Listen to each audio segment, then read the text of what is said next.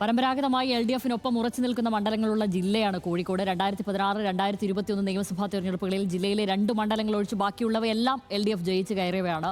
എന്നാൽ മുൻകാല ചരിത്രങ്ങളെല്ലാം മാറ്റിമറിക്കുന്ന ഒരു തെരഞ്ഞെടുപ്പ് ഫലമാകും ഇത്തവണത്തേത് എന്നാണ് UDF അവകാശപ്പെടുന്നത്. ജില്ലയിലെ ബേപ്പൂർ, പേരാമ്പ്ര, നാദാപുരം, കുറ്റ്യാടി തുടങ്ങിയ മണ്ഡലങ്ങൾ പല കാരണങ്ങൾ കൊണ്ടും കേരളം ഇത്തവണ ഉറ്റുനോക്കുന്നവയുമാണ്. ശക്തമായ പോരാട്ടം നടക്കുന്ന ഈ മണ്ഡലങ്ങളിലൂടെ എന്താവും ഇത്തവണത്തെ ഒരു തെരഞ്ഞെടുപ്പ് ചിത്രം എന്നുള്ളതാണ് നമ്മൾ ഉറ്റുനോക്കുന്നത്. പ്രസാദ് ഉടുമ്പിശ്ശേരിയാണ് ചേരുന്നത്. പ്രസാദ്, നമുക്ക് സമയക്കുറവുണ്ട്, അതുകൊണ്ട് തന്നെ ഞാൻ എൻ്റെ ചോദ്യങ്ങൾ പോലും നീട്ടുന്നില്ല. ഇത്തവണ സത്യത്തിൽ വടക്കൻ മേഖലകളിൽ നിന്ന് ഏറ്റവും അധികം UDF സീറ്റ് വാരും എന്ന് പ്രതീക്ഷിക്കുന്ന ഒരു ജില്ല കൂടിയാണ് കോഴിക്കോട് എന്നുള്ളത്. അതുകൊണ്ട് തന്നെ ഈ കോഴിക്കോട്ടിലെ ഈ പറയുന്ന മണ്ഡലങ്ങളൊക്കെ വളരെ നിർണായകവുമാകുന്ന, പല കാരണങ്ങൾ കൊണ്ട് നിർണായകമാകുന്ന ഒരു സമയം കൂടിയാണ് ഇത്. ഒടുവിലത്തെ കണക്കുകൂട്ടലുകൾ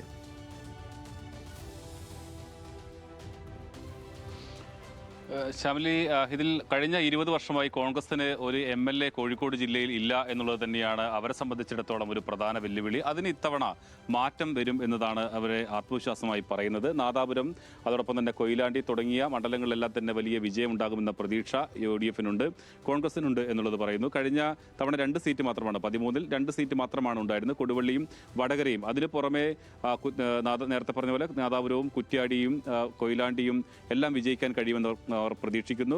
കോഴിക്കോട് സൗത്തിൽ തിരിച്ചുപിടിക്കാൻ, കഴിഞ്ഞ തവണ ലീഗിന് വലിയ മേധാവിത്വമുള്ള ഒരു മണ്ഡലമാണ് കോഴിക്കോട് സൗത്ത്, അത് തിരിച്ചുപിടിക്കാൻ കഴിയുമെന്നൊരു പ്രതീക്ഷ അവർക്കുണ്ട്. കുന്ദമംഗലത്ത് വിജയിക്കാൻ കഴിയുമെന്ന് പ്രതീക്ഷയുണ്ട്. അങ്ങനെ 13 മണ്ഡലങ്ങളിലും ഭൂരിഭാഗം സ്ഥലങ്ങളിൽ 9 മുതൽ 11 വരെ മണ്ഡലങ്ങളിൽ വിജയിക്കാൻ കഴിയുമെന്നൊരു പ്രതീക്ഷയിൽ തന്നെയാണ് UDF ഉള്ളത്. അതിന് പ്രധാനമായി പറയുന്നത് ഒന്ന്, ഭരണവിരുദ്ധ വികാരം മാത്രമല്ല, മണ്ഡലത്തിൽ അല്ലെങ്കിൽ കോഴിക്കോട് ജില്ലയിൽ ഉണ്ടായിട്ടുള്ള കഴിഞ്ഞ തദ്ദേശ തെരഞ്ഞെടുപ്പിലെ വലിയ വിജയം കോഴിക്കോട് ജില്ലാ പഞ്ചായത്ത് ഉൾപ്പെടെ നേടാൻ കഴിഞ്ഞു എന്നുള്ളത് തന്നെയാണ് അവരുടെ ആത്മവിശ്വാസമായി അവർ പറയുന്നത്. ചരിത്രത്തിൽ ആദ്യമായിട്ടായിരുന്നു കോഴിക്കോട് ജില്ലാ പഞ്ചായത്ത് അവർക്ക് നേടാൻ കഴിഞ്ഞിട്ട്. അപ്പം രാഷ്ട്രീയമായി നോക്കുമ്പോൾ UDF-ന് വലിയ അനുകൂലമായ ഒരു സാഹചര്യം കോഴിക്കോട് ജില്ലയിലുണ്ട്.